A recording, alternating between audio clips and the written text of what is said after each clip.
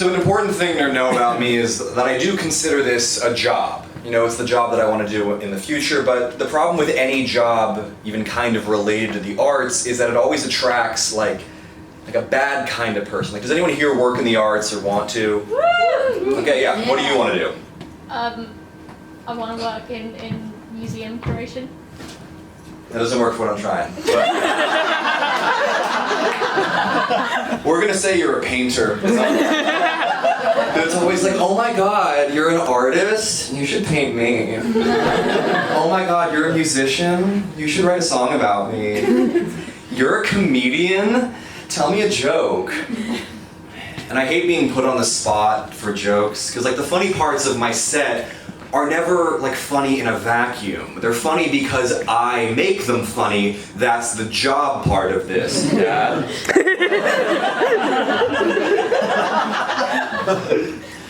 And, you know, it bugs me when I'm asked to be put on the spot, but I always have one in the chamber ready. I always say, really, redhead should be a term for bald men with sunburns.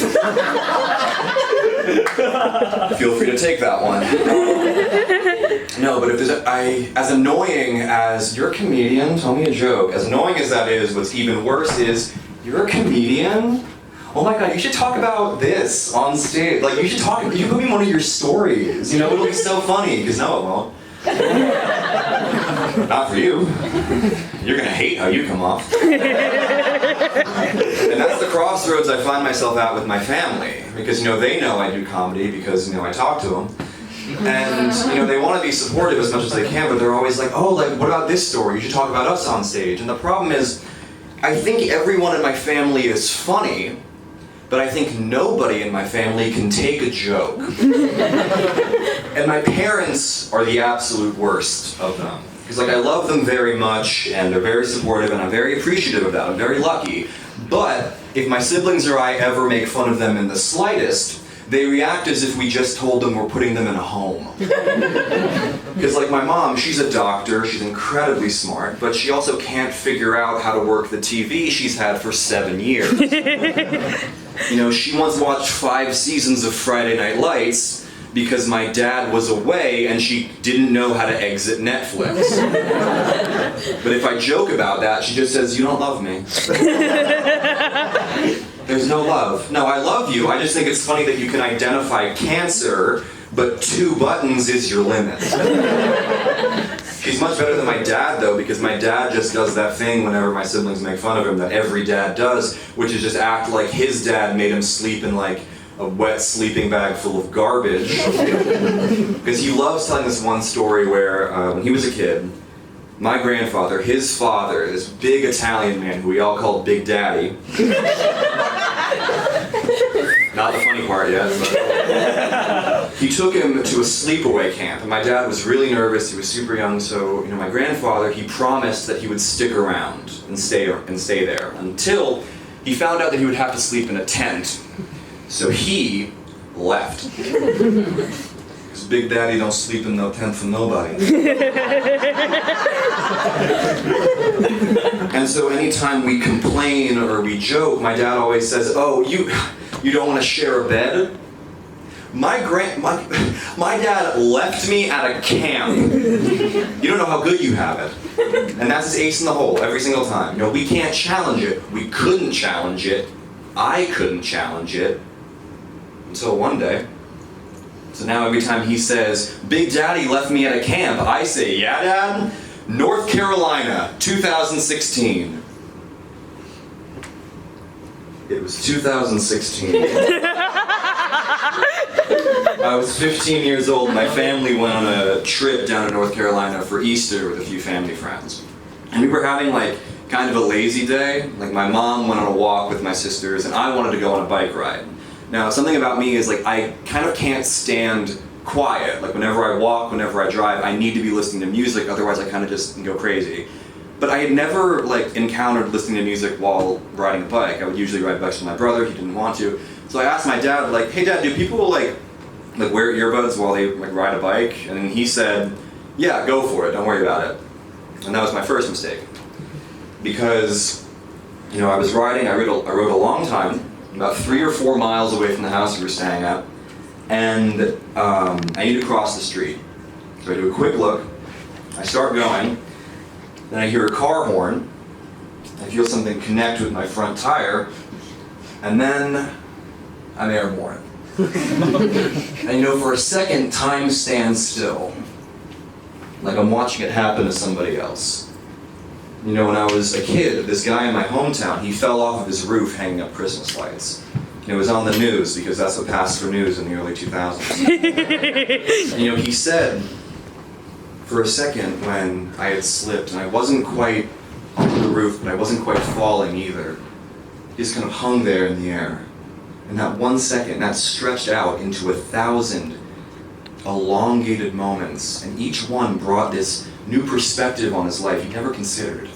He says, looking back, he thinks that's might have been the most peace he's ever felt in his life. Now, with that in mind, I would like to respectfully disagree. Because the first thing that went through my head was a mixture of shock and unadulterated fear, and the second thing that went through my head was the street. I hit the ground really hard. You know, the bike is thrown clear off the road. I sit up, I touch the back of my head, and my hand is just painted red. Now, I don't like bringing up the fact that I wasn't wearing a helmet, because every time I do, the look on people's faces changes from one of concern to looking at me like I deserved it. You just did it, that's why I bring it up. So, I'm on the ground, I call my dad, and I say, Dad, I got hit by a car, I'm bleeding, but I'm okay. I'm with some people, but I'm fine. And he says, thank you so much for calling me, I'm glad that you're okay. Then he hung up the phone. Then I call my mom, who's the doctor, who I should have called first. And as soon as she hears, she freaks out. She's a mile away from the house, but she sprints all the way back, and when she gets there, my dad's just sitting on the couch, and my mom says, Peter just got hit by a car, and my dad says, I know, he's fine though. Because my father, upon hearing what had happened to me, decided that rather than, you know, follow up with his roadkill son, he would instead finish his P90X. He did a 35-minute exercise video because his understanding was that I was going to bike myself home. He didn't even ask if the bike was okay to ride. And it wasn't a scratch on it. It used to belong to my grandfather, and Big Daddy don't buy no shitty bikes. But anyway, meanwhile, I'm being wheeled into an ambulance because the gash on my head needs to be stapled shut in order to close properly.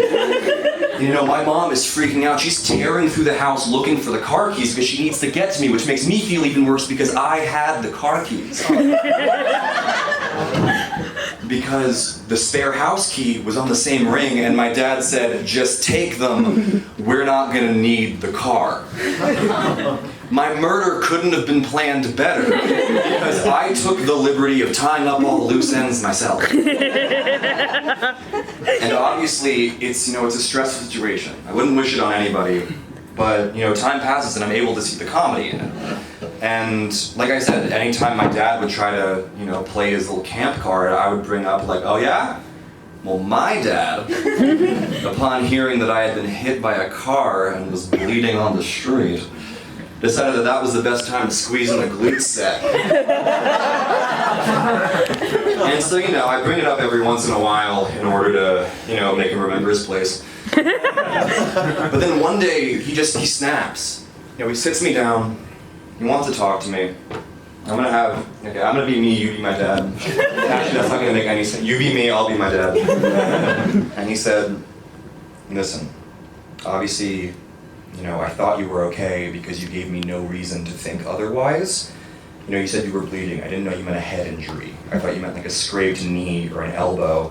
And, I'm gonna be haunted by the fact that I didn't go get you. I should have gone and gotten you, but I didn't want to think that you were anything other than okay. And that's gonna be my responsibility. I just don't understand what's so funny about the situation. And he's right. You did a great job, by the way. You really embodied me. We look a lot alike. And he's right, because, you know, it's not funny. You know, if I had been even 3 inches forward, I would have been pulled under the car, and I could have been killed. 15 years of my life, any new experience I could have had, gone. So, it's not funny, but it's funny because I make it funny. That's the job part of this, Dad.